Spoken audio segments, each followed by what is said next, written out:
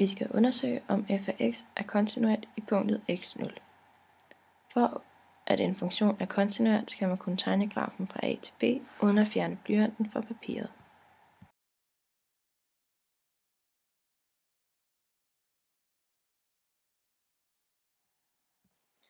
Det vil sige, at f af x er diskontinuert, fordi den har et spring i punktet x0. Grænseværdien fra højre er lig med 0, og grænseværdien fra venstre er lig med 1. Den er altså divergent og dermed også diskontinuert, da en kontinuert linje skal være konvergent i alle punkter.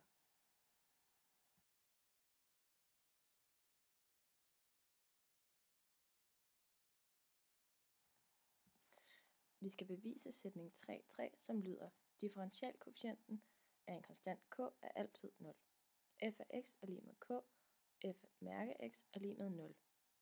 Denne sætning bevises med tretrinsreglen.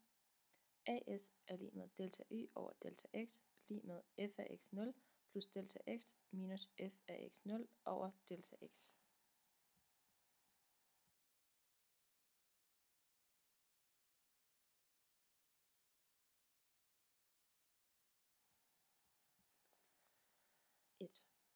As er lig med delta y over delta x lig med f af x0 plus delta x minus f af x0 over delta x.